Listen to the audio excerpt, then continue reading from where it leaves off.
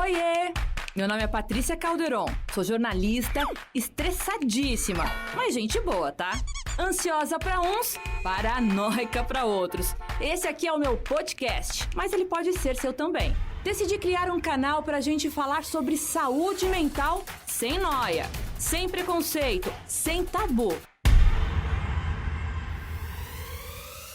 Oi, tudo bem com vocês? Por aqui tá tudo ótimo. No ar, mais um programa Não Pira, Respira, diretamente da sua Jovem Pan News Fortaleza, no programa Pan News em Revista, primeira edição. E hoje eu entrevisto o Glairton Santiago, ele é musicoterapeuta e ele usa essa terapia aí para poder atender, né, crianças com necessidades especiais, como síndrome de Down e autismo. Só que a gente está no Janeiro Branco e a gente vai falar também como a musicoterapia pode também ter benefícios para transtornos mentais.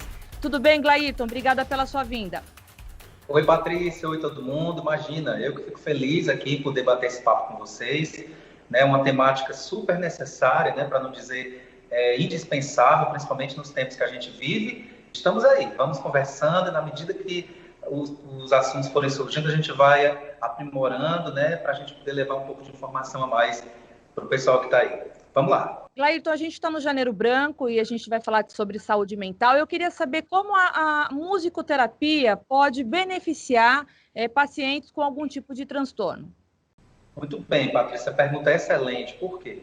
Porque atualmente, né, devido a circunstâncias tão estressoras e tão desafiantes que todos passam, eu começaria dizendo que nem todos, inclusive, identificam que talvez estejam passando por algum tipo de dificuldade mesmo e até mesmo algum comprometimento na saúde mental, né? As pessoas dizem que nós vamos nos adaptando, vamos nos acostumando, mas é importante a gente entender alguns sinais e a partir desses sinais é que se identificam esses problemas e a partir daí é que as terapêuticas vão sendo inseridas, né, para poder promover uma melhoria na qualidade de vida das pessoas e nos aspectos de saúde mental, principalmente, né, porque não tem como a gente gerir a vida, não tem como a gente dar conta do dia a dia, trabalho, atividades da vida diária sem ter a nossa saúde mental preservada, porque vai afetar todo o organismo. Então, a musicoterapia, ela olha, né, com esse olhar amplo para essas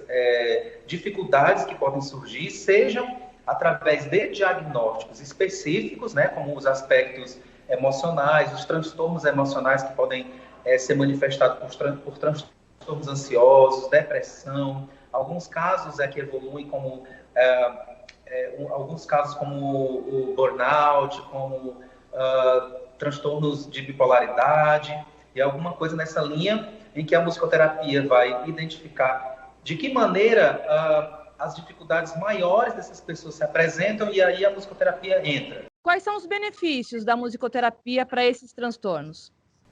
Muito bem.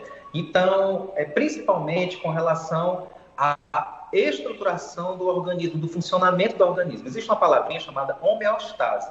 Isso significa o funcionamento equilibrado do organismo, ou seja, os seus aspectos hormonais, os seus aspectos bioquímicos, ou seja, como o teu cérebro está funcionando, né, na comunicação lá entre os neurônios, como as tuas glândulas, né, que secretam hormônios estão funcionando.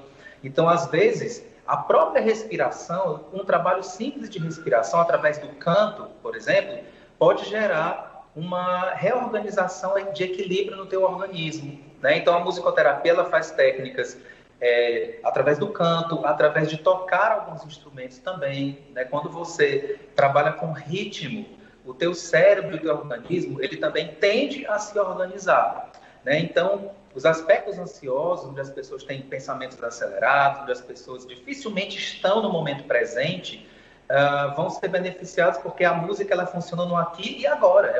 É uma experiência temporal que acontece no tempo. Então, necessariamente você está pensando no que está fazendo, você está pensando na ação de tocar o instrumento, ou de cantar, ou de compor, e a partir daí muitos aspectos são trabalhados, como memória, como atenção, e essa sua autopercepção que é fundamental para que você consiga fazer um gerenciamento global do seu momento presente, né? E aí, por consequência, os sintomas eles vão sendo amenizados e, em alguns casos, tratados mesmo, ao ponto das pessoas não precisarem mais, por exemplo, tomar medicações. As técnicas, elas focam em quais situações? Dá para citar pelo menos umas 3 técnicas que claro. Direciona para que tipo de foco do tratamento? Muito bem. Vou dar um exemplo de uma pessoa que sofre de transtorno ansioso, né? Geralmente essas pessoas, elas vão ter várias sintomáticas que o organismo vai apresentar. Por exemplo, alteração na respiração, alteração na própria pressão arterial, liberação, né, em demasia de alguns hormônios como a adrenalina, que vai deixar a pessoa em estado de alerta contínuo. Por isso a pessoa tem aquela sensação de que está em perigo, ou que precisa fugir, ou que dá uma dificuldade de organizar o pensamento.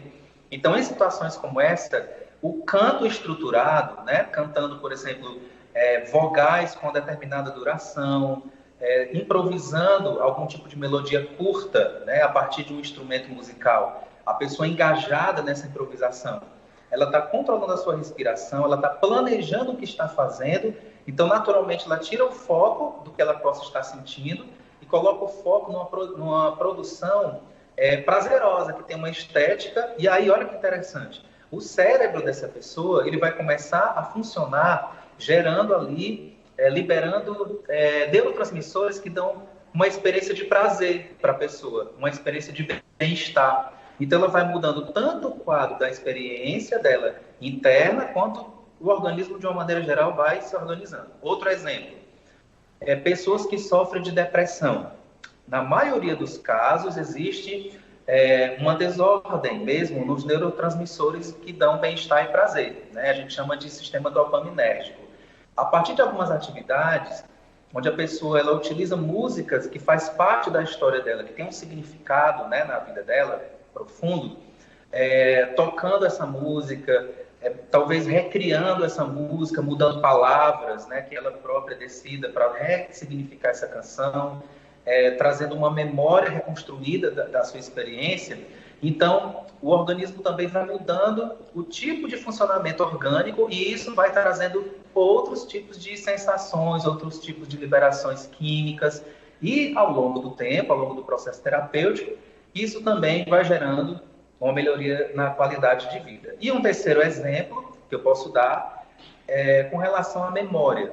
Em geral, pessoas que são acometidas por problemas relacionados à saúde mental têm muita dificuldade de atenção e muita dificuldade com um tipo de memória que a gente chama de memória de trabalho, que é essa memória que você precisa para poder fazer uma coisa no momento, né? Por exemplo, você vai falar um texto e aí esquecer uma palavra. Então, esse tipo de memória bem imediata que a gente precisa, geralmente é muito afetado quando a gente está em estados ansiosos, em estados mais que sinalizam um adoecimento nessa linha mental.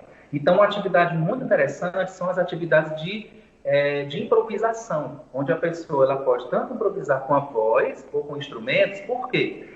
Olha que interessante, na medida que ela está improvisando, ela está tomando decisões no momento. Então, ela escolhe como é que ela vai tocar, se vai ser uma nota longa, se vai ser uma nota forte ou fraca, se vai ser no caso, cantar, se vai cantar vogais, se serão palavras, se serão textos ou uma música conhecida. Tudo isso no presente. Então, automaticamente, você está exercitando o cérebro a reconstruir esses caminhos que, naturalmente, vão restabelecer essas funções. Para finalizar, tem que ser rapidinho, porque o nosso tempo é curto. Como que esse tratamento da musicoterapia atende de forma benéfica a pacientes com autismo? Então, o autismo ele é caracterizado principalmente por 3 condições, né, que são os interesses restritos, né, dificuldade na comunicação e também a dificuldade na fala, né, dificuldade de comunicação verbal e comunicação em geral. Então, pela atividade que necessariamente requer uma interação entre as pessoas, por exemplo, se eu estiver tocando um instrumento junto com você, se eu estiver fazendo música junto com você, necessariamente nós precisaremos alternar quem toca, nós precisaremos alternar. Eu estarei atento ao que você está fazendo, você estará atento ao que eu estou fazendo. Então, aí a gente já trabalha essa interação, né, mediada pelo instrumento e que gera interesse para essa pessoa, seja criança ou adulto com transtorno do espectro do autismo. Na linguagem também, porque através das brincadeiras que a gente faz, os jogos vocais, Então, a pessoa ela é estimulada à produção vocal, mesmo que isso não seja a primeira opção de comunicação dela. Algumas pessoas dentro do espectro do autismo não têm a fala como a primeira opção de comunicação, são outros recursos, mas ainda assim são estimuladas a perceber a vez do outro, né? Como que eu gero uma ação que o outro responde, ou como você gera uma ação que eu respondo, e isso dentro do contexto geral de comunicação se encaixa a fala também. E também a questão dos gostos restritos, né? Pessoas com autismo geralmente têm um enrijecimento nos interesses. Então, pela variedade de experiências que a gente promove através das técnicas, então vai abrindo um leque maior de interesse, né? Por parte dessas crianças ou adultos, aí não importa a idade. Então, a ideia principal é a questão do foco, da memória, da interação, da ressocialização também, porque nessas terapias os pais também participam, né? Então, resumidamente é isso, né? Podem participar também. Eu, particularmente, acredito muito na participação da família em acompanhamento com pessoas com autismo, porque quem tem autismo, as dificuldades que essa pessoa tem necessariamente vai afetar a rotina dela. Afeta a rotina dos familiares, afeta o ambiente na escola, né? Então, quanto mais você envolver, a gente conseguir envolver esses outros agentes, né, no dia a dia da pessoa, melhor ainda, né? E com certeza, Patrícia, os ganhos diários são incríveis, né? Através desse trabalho com a musicoterapia. Muito obrigada pela sua participação aqui no Não Pira e Respira. É sempre bom a gente tratar aqui sobre saúde mental, justamente é o tema do programa, mas a gente se fala numa outra oportunidade. Obrigada, Glairton. Eu que agradeço, um abração a todos, fiquem bem e com saúde. Tchau, tchau. Bom, gente, o programa Não Pira e Respira fica por aqui. Agradeço muito a participação de todos vocês. Dá uma olhadinha lá no YouTube, vai também no nosso podcast, acesse as nossas redes sociais e também diretamente aqui do Pan News em Revista, primeira edição, toda sexta-feira a partir das 10 horas da manhã. A gente se vê no próximo. Tchau!